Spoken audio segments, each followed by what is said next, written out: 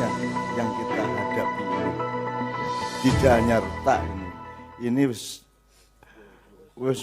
cuil-cuil ambrol-ambrol jebol-jebol ra karuan, itu maksudnya Mas Herman.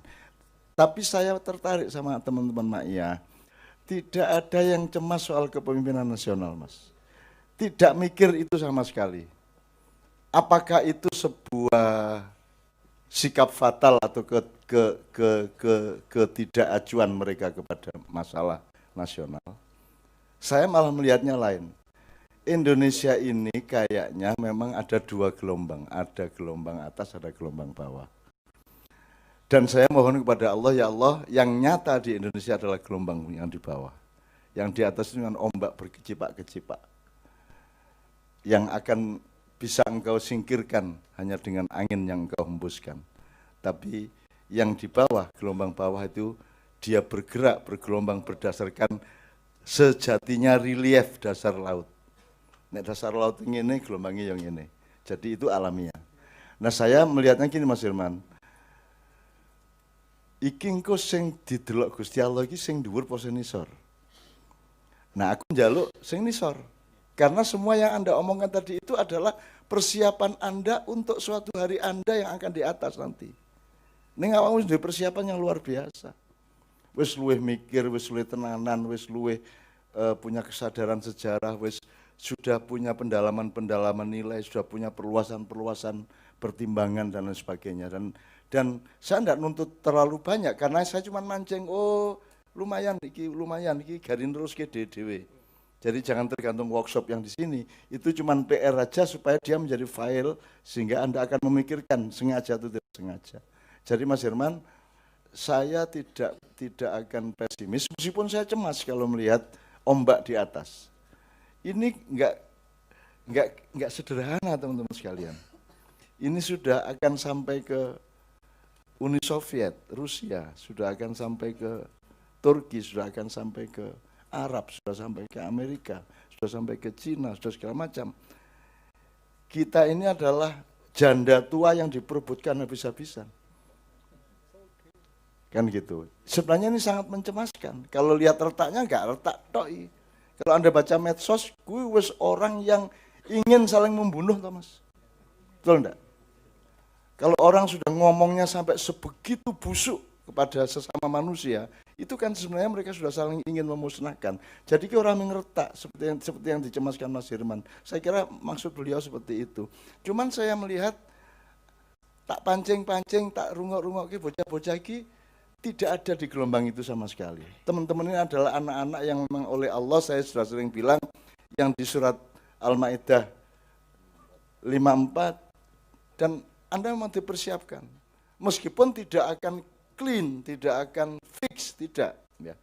Tapi saya kira kalau hancurnya Indonesia, itu terjadinya paling di Jakarta, mulai harus pindah.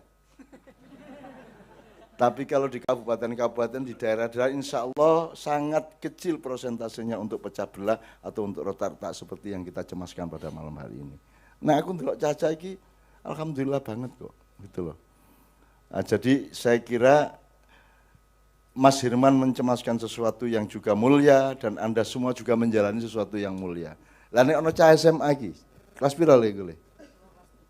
Lho, kelas 3 dhek wis duwe wis wani ngomong kurikulum piye ta kok kaya ngene iki itu kuwi lho zaman aku meng anut grup biok Mas.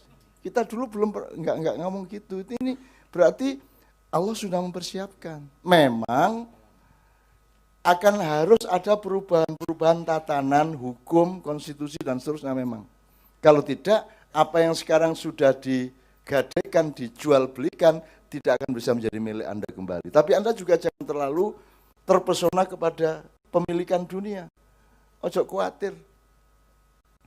Kadang-kadang orang itu mendapatkan hikmah justru karena dia terbatas. Ono wong sing ora patiya sugih dadi apik banget. Ono sing rada melarat tapi apik banget. Begitu rada sugih sithik mulai elek. Begitu sugih malah tambah nemen sak piturute. Jadi sebenarnya ada ukuran-ukuran yang tidak dikenal.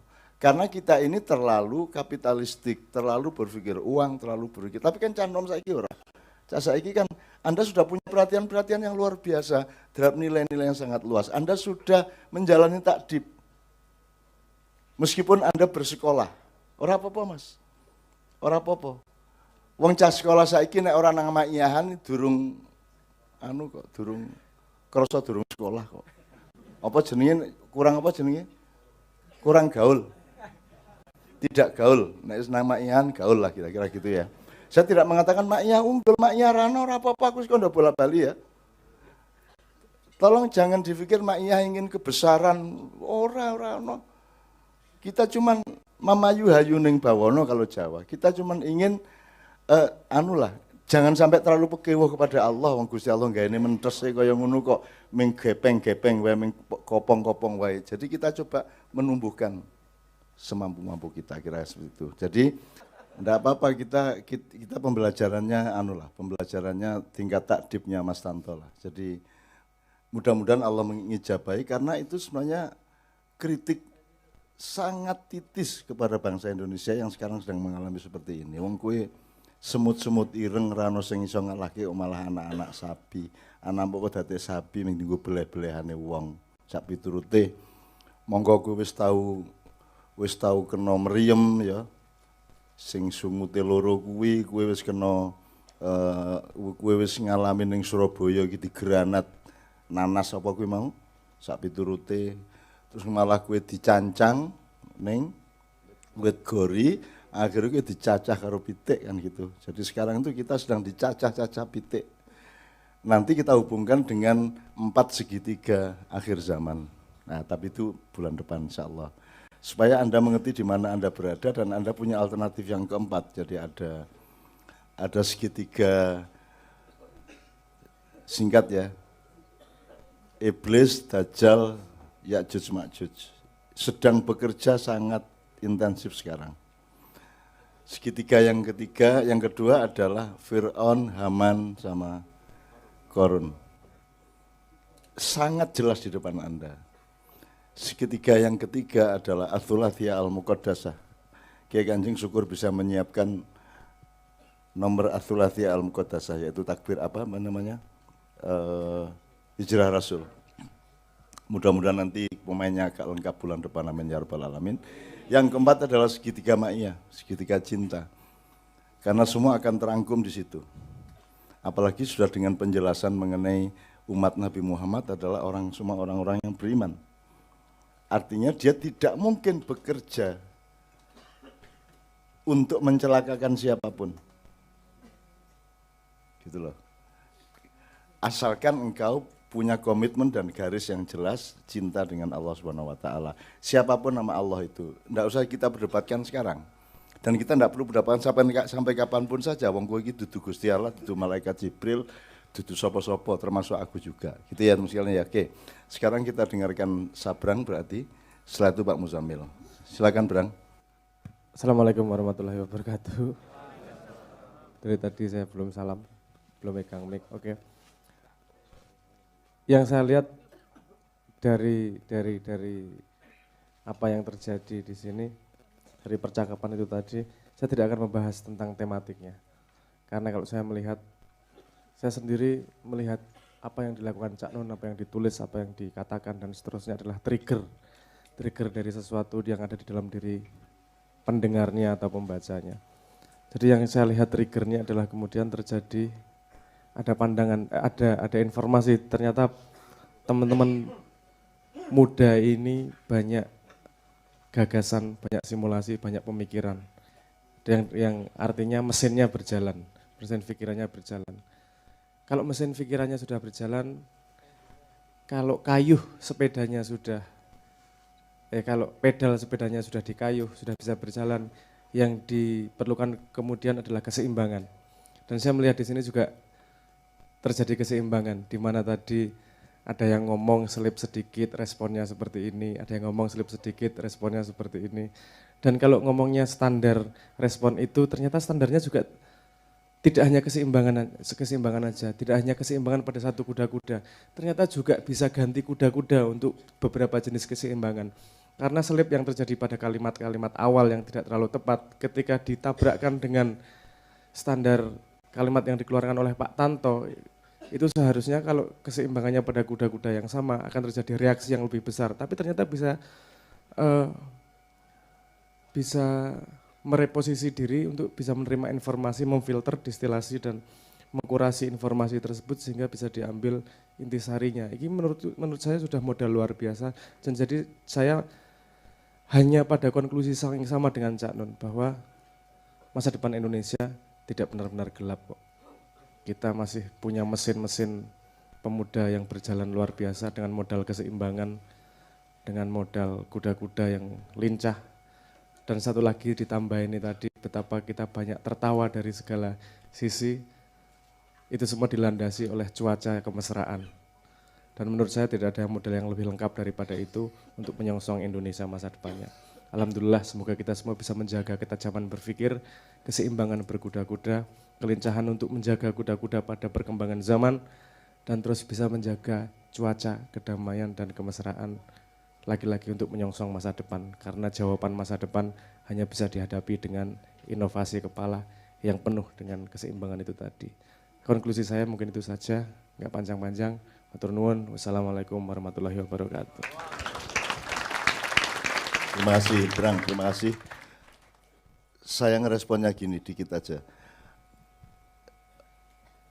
Reposisi pada Sabrang yang diungkapkan Sabrang adalah bahwa Anda sudah berada pada pekerjaan yang tepat di zaman yang tepat untuk zaman berikutnya yang memang menunggu Anda. Semua masih gelap, tetapi yang tidak gelap adalah bahwa Anda mengerjakannya dengan benar-benar.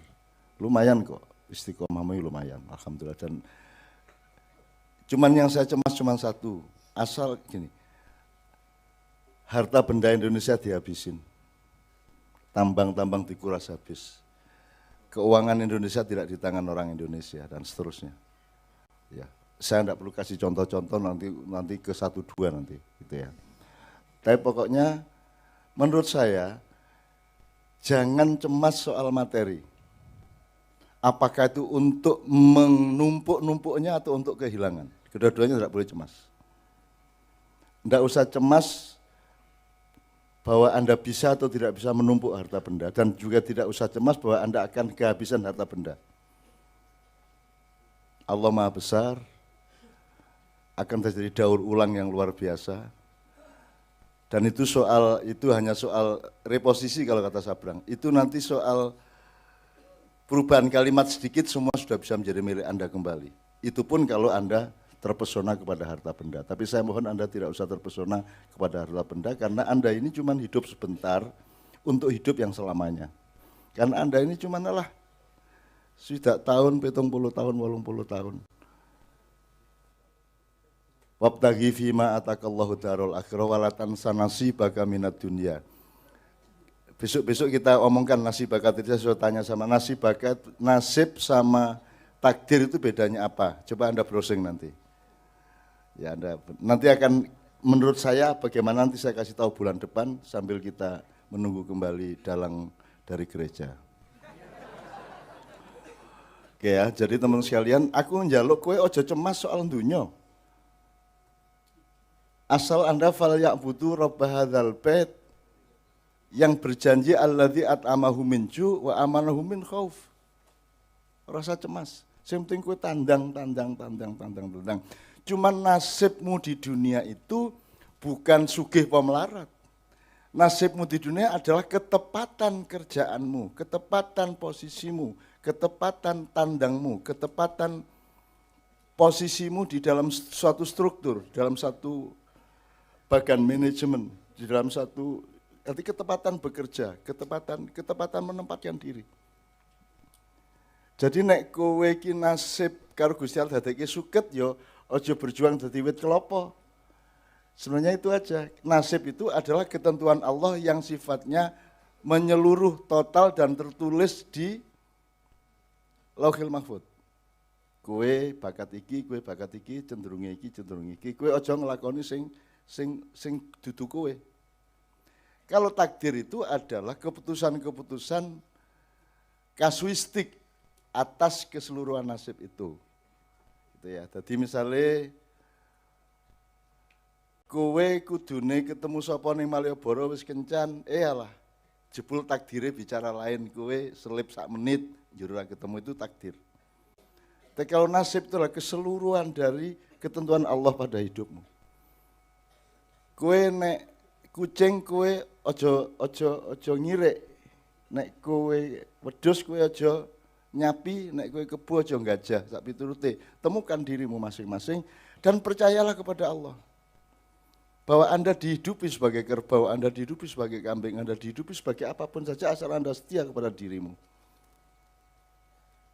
Saya membuktikan kepada Tuhan, kepada saya, dan Tuhan saya buktikan di dalam hidup saya, sampai umur 66 tahun ini saya melakukan itu. Walatan sanasi bagaimana dunia. Mbok aku kepencurut kaya ngopo, nek kuwi dudu nasibku di Lauhil Mahfud ora tak lakoni. Mbok aku entuk emas sak ton ning ngarepku, nek kuwi dudu nasibku di Lauhil Mahfud ora arep tak jemok. Ayune kaya ngopo, sing tak trimo dadi bojoku adalah yang tertulis di Lauhil Mahfud. Lho piye carane ngerti? Ayo dititeni bendina. Dititeni, dirasake bendina. Sebenarnya sekolah itu, untuk membimbing orang untuk mengetahui nasibnya. Kok saiki sekolah gawe nasib dhewe. Kabeh dikongkon nek ora kedokteran ya farmasi, nek farmasi visipol, nek visipol fakultas lain dan seterusnya. Itu semua sebenarnya menyinggung perasaan Tuhan. Setengah mati saya mintakan maaf Anda semua itu. Anda itu menyakiti Tuhan. Seluruh manusia di dunia ini nyakiti Tuhan. Bangetan gue. Dan aku tidak peduli nasibku. Yang aku lakukan adalah memohonkan ampun kepada Allah atas semua manusia. Jadi, dolekno awakmu tenan. Trimo nasib kuwi, karena itu yang terbaik bagi Allah. Tidak ada rumput cemburu kepada padi, tidak ada padi cemburu kepada kelapa, tidak ada kelapa cemburu kepada binatang, tidak ada binatang cemburu kepada manusia. Itu yang terbaik. Maka masukilah dengan tadris, taklim, ta'rif, dan takdib, maka engkau akan menemukan keindahannya. Dan Anda kan sudah belajar menemukan keindahan di dalam tingkat-tingkat keseimbangan yang luar biasa yang Anda alami selama ini. Nyuwun sewu ya, ke zaman Nabi Adam ora ana wong nglumpuk semene kae, kadang-kadang sampai 20.000, 30.000, nganti jam 2 bengi, jam 3 bengi ora tau ana. Zaman Kanjeng Nabi ya urung semene kae wonge. Terus ya orang nglumpuk nganti semene suwene iki. Dan Anda luar biasa. Mas Tanto yang kayak begitu, Anda punya balance ya untuk menerima. Anda coba saiki Kristen, Islam ngene iki minoritas, mayoritas macam-macam, wah temane ora karu-karuan. Coba di sini begitu mesranya. Ora ketang ku ya kupluke biyen ya dicolong saka aku biyen. Jur mangkel Kiai Kanjeng sing kancane dhewe ra dikeki malah dalang saka kono kae dikeki ngono kuwi Kiai Kanjeng ngono. Ning saiki wis ora dienggo ben ora nglarani Kiai Kanjeng. Ngono kira-kira. Itu maksudnya ya. Ngerti maksud saya? Puaslah dengan dirimu yang dinasibin oleh Allah, yang dinasibkan oleh Allah. Soal takdir itu dialektika sehari-hari. Ketemu ora, apa ketemu badi piro, ya. Kelakon apa ora, segala macam itu masalah-masalah kecil yang harus kita asyiki, kita nikmati. Tapi nasib besarmu di dunia, walatansa nasibaka minad dunya itu temukan. Temukan. Caranya menemukan adalah Anda la ilaha, ben ketemu ilallah. Aku kokean iko ilallah, ilo kabeh kok Allah ke kabeh. Kabeh kok kepencerut, pengen iki kabeh. Ora duwe poso uripmu iki. Urip ki mung poso, apa sing ora poso kok sekondo, sing ora poso ki apa? Jadi nomor 1, hidup itu berpuasa. Berpuasa itu bukan orang mangan subuh nganti maghrib. Poso itu adalah Anda mengerti batas Anda mengerti diri Anda mengerti zat Anda mengerti sifat Anda mengerti karakter Anda dan seterusnya.